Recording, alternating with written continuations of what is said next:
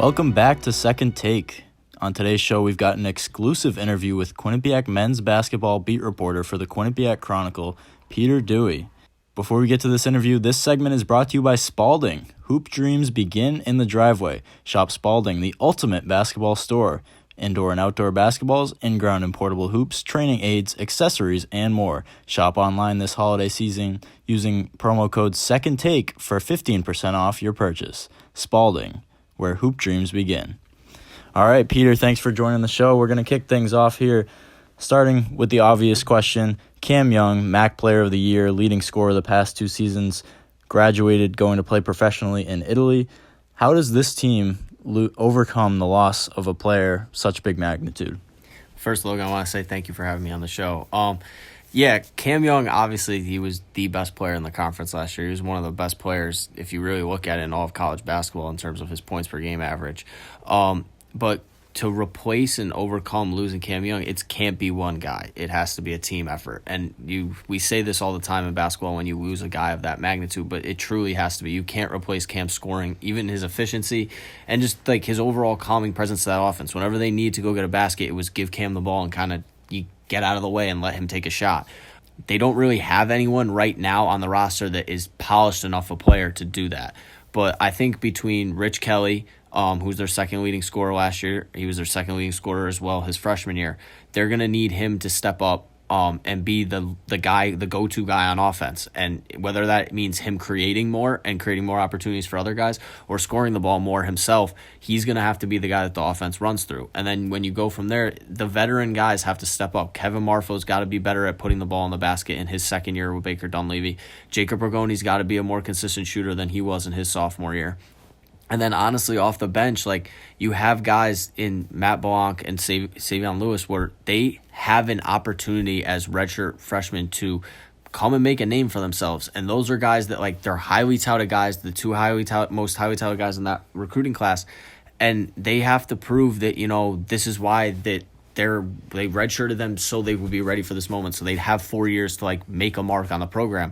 I think they're the two guys that Baker brought in to kind of, like, take this program to the next level, and they have to prove that. And if that doesn't happen, then there's going to be some questions in terms of where they go from there. Mm-hmm. And so I guess leading into that, it's year 3 under Baker Dunleavy now. What year 1 they get to the MAC semifinals kind of unexpectedly. Last year they finished above 500, improved record, but they get bounced in the first round of the tournament. Where do you think this program has to be at the end of this year to show that they're still moving in positive direction? I think this year it has to be MAC semifinals or bust. Now, normally I would say after what they did the last 2 years, you would want to win the MAC championship and make the NCAA tournament. But losing Cam Young, obviously this team is not going to be the same team as it was last year. I think overall they may have more talent on this roster. When you add Blanc, you add Savion Lewis, you add the 7-footer Seth Pinckney, the freshman, and Tyrese Williams is a year older. Ty Pickron's a year older. Like you have, and they add the transfer Aaron Falzone. Like they have more pieces, I'd say, like more rotation guys. Like they can go 10 deep this year, which is nice. But at the same time, you lose a guy like Cam, like you can't replace that overnight. It's going to take the entire season to figure out how they're going to replace his scoring and just his entire impact on the offense. So I'd say MAC semifinals, you got to get there again. Last year was a huge disappointment getting bounced by Monmouth in the first round. I don't think anyone really expected that to happen. But I think the biggest development under Baker that has to happen this year is they have to find an identity. We talked about this over the past 2 years with him there. The problem is like Baker preaches defense, and you can tell that they try to defend. But like last year, they lost games because they couldn't defend. They lost to Monmouth in that game because they couldn't get a stop. They gave up almost 100 points. Monmouth shot over 50% from the field. That can't happen. So if the program's foundation is going to be built on defense, and they've gotten a ton of athletes on this team that can defend, there has to be an identity to the program. He's got all his own guys now. The thing that like you could give Baker a pass with the first 2 years is it wasn't all guys he recruited. He was mixing and matching, but with the Robinson twins leaving and with Cam graduating, everybody on the team was recruited by Baker. So at this point now he has to institute the type of basketball he wants to play, which it seems to be 3-and-D basketball where they shoot the ball a lot, up-tempo offense, and they lock down on people. And you have the athletes to do it, and you have the depth to do it this year. So if they can go out and they can be a team that, like, the way you're going to win games when you lose your leading scorer is you have to be able to shut people down. And if they can hold people under 70 points, 65 points in a lot of these games, they're going to come out with a good record. But there has to be an identity from the start of the season through the entire year. Like, this is what we're going to do. This is going to be Quinnipiac basketball, because I really don't know if they have that identity yet. It seemed like in year one under Baker Dunleavy, when he brought in Isaiah Washington from Penn State to transfer, one of his guys, he seemed like the guy who would step up and he would defend the other team's best player. Last year, they kind of got away from that when they lost him, and they kind of had to really change everything to kind of just mold around whatever Cam was doing because he was just that talented. I guess the question that brings us to is kind of who do you think can step up and play that role, and do you think that they'll be able to do that this year? There's a couple guys come to mind. I think Tyrese Williams has the physical skill set to be that guy. He's going to be the starting shooting guard probably for the entire season. He was last year as a freshman. He's a big guard, and he guarded a lot of the better players on teams last year because they didn't want to tax Cam defensively.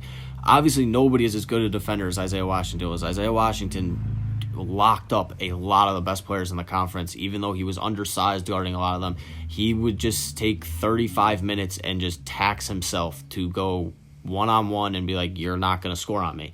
They don't have that, like, a guy like that right now, like you said. I think between Tyrese Williams and Matt Blanc, because of his physical gifts, and then maybe even Ty Pickron off the bench, those guys have to be able to guard, because Rich Kelly is undersized at the point guard. They're not going to put him on the best players, and they're going to need him to carry the load on offense. So he's not going to be taxed insanely defensively. It may mean play a little bit more zone this year, depending upon who you're playing. But like they have the athletes. That's the biggest thing. They have the athletes now where they can match up with anybody. The question is do you have somebody who's going to have the same mindset as an Isaiah Washington that's going to sit down and like be like, I'm going to go play 35 minutes and not let this guy score because that's what my role is on this team. And it seemed like last year Aaron Robinson kind of had that role at the beginning of the year, and then he fell out of the rotation as the season went on because he wasn't shooting as well. And so when you lost that, you could see they started giving up a little bit more points, but they were scoring more because they had more offensive minded players on the field, or on the court, which is why I think you have to say, what's the identity going to be? Are we going to be a defensive-minded team, or are we going to just try and run and gun with everybody and hope that our offensive is better than theirs? It's a fair question. We've been talking a lot about Cam being gone, and obviously that's the big storyline this year when you lose a guy who's averaging 25-plus points a game. But what's one storyline with this team that you think people aren't talking about enough? I think the biggest storyline is how good Savion Lewis has been in the first two games. I think he's been everything as advertised as the New York State Player of the Year. I think they honestly missed not having him last year as a second ball handler to Rich, because we could see in games last year not having Rich Kelly on the floor, Quinnipiac struggled mightily without having him on the floor. So I think that's a welcome presence to be able for Baker Dunleavy to take Rich out of the game and not be like scared to not have another ball handler. Rich's freshman year, they had Isaiah Washington to handle that role. Last year, they was throwing Ty Pickron and Tyrese Williams, two freshmen, into a role that they really weren't meant to play at that point. So it was tough to see. Like when Rich would come out of games, you could see the offense became stagnant. It just didn't look the same. And they struggled to score unless Cam bailed them out, which a lot of the times he did, which is why they were so good last year. I think Savion Lewis, he can create. I remember last year we were talking to people and they said like he is the real deal. He can really play. He's got a great first step. He had 16 points against Miami the other day, and I think he can be a guy where you can almost take pressure off of Rich, and you can take a lot of pressure off the second unit if he's the guy who's leading the second unit, because he probably would start if they didn't have Rich Kelly. Like if they had anybody else in the conference, like he's probably a starting point guard on a lot of these teams. But because Rich Kelly is as good as Rich Kelly is, and he's supposed to be a first-team or second-team all-conference player this year, you have him off the bench, but you benefit from having somebody like that off the bench. I think every good team, if you have a sixth man who can go and get you a basket, like that's, especially in the MAC, that's a welcome presence to have. Mm-hmm. And so obviously they start the year 0-2, losses to Brown and Miami, but looking ahead to conference play once the new year begins, Quinnipiac was picked third in the MAC preseason poll.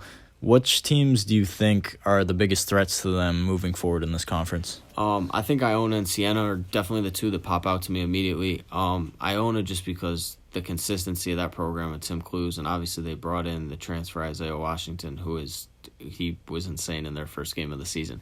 But he's a high major player. He played at Minnesota, and so now him coming here, like, this is going to be his conference. He's going to be one of the best players, if not the best player in the conference the entire year.